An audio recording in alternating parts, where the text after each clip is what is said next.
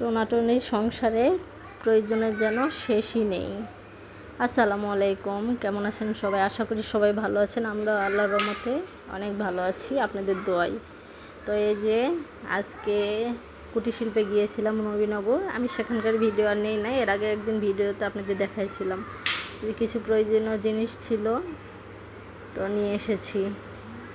তার মধ্যে ছিল যে দেখলেন একটা আমার অনেক শখের একটা ফুলের টব সহ ফুলসহ নিয়েছি।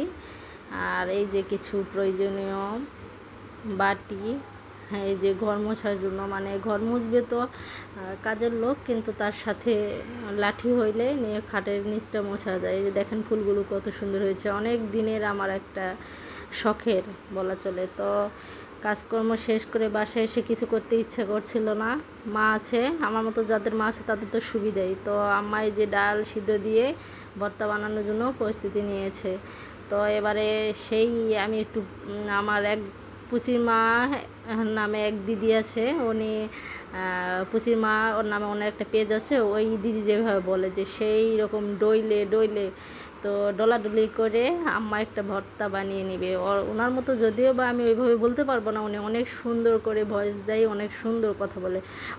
ওনার মতো করে আমারও ভিডিও বানাতে ইচ্ছে করে, কিন্তু আমি পারি না। ওই যে সবার তো সব কোয়ালিটি থাকে না, এক একজনের কোয়ালিটি এক এক রকম। তারপরে প্রতিনিয়ত চেষ্টা করছি, একটু একটু করে শিখছি, শেখার শেষ নেই। এই যে দেখেন এই রকম খাঁটি সরিষার তেল দিয়ে এইভাবে ভালো করে ডইলে ডইলে ভর্তা বানিয়ে নেবেন, সেই মাখামাখি করে নেবেন।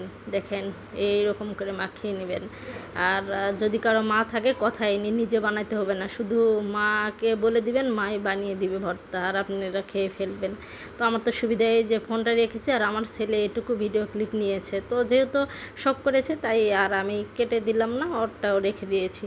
তো এই যে রাতে আমরা মানে ফাঁকিবাজি আইটেম যা বললে চলে, দুপুরের একটু পটল ভাজি ছিল, এক পিস মাছ, যেটা আমার মাস্কুর হাজব্যান্ড, আমার হাজব্যান্ড মাছ ছাড়া ভাত খেতে পারে না। তো এই যে ভর্তা, আর কিছু করি নাই, ডিমটাও ভাজলাম না, ইচ্ছেই করছিল না, মাকেও বলি নাই। তো এই যে খাওয়া সবাইকে দিয়ে দিয়েছি, আর ওকে দিয়ে দিলাম।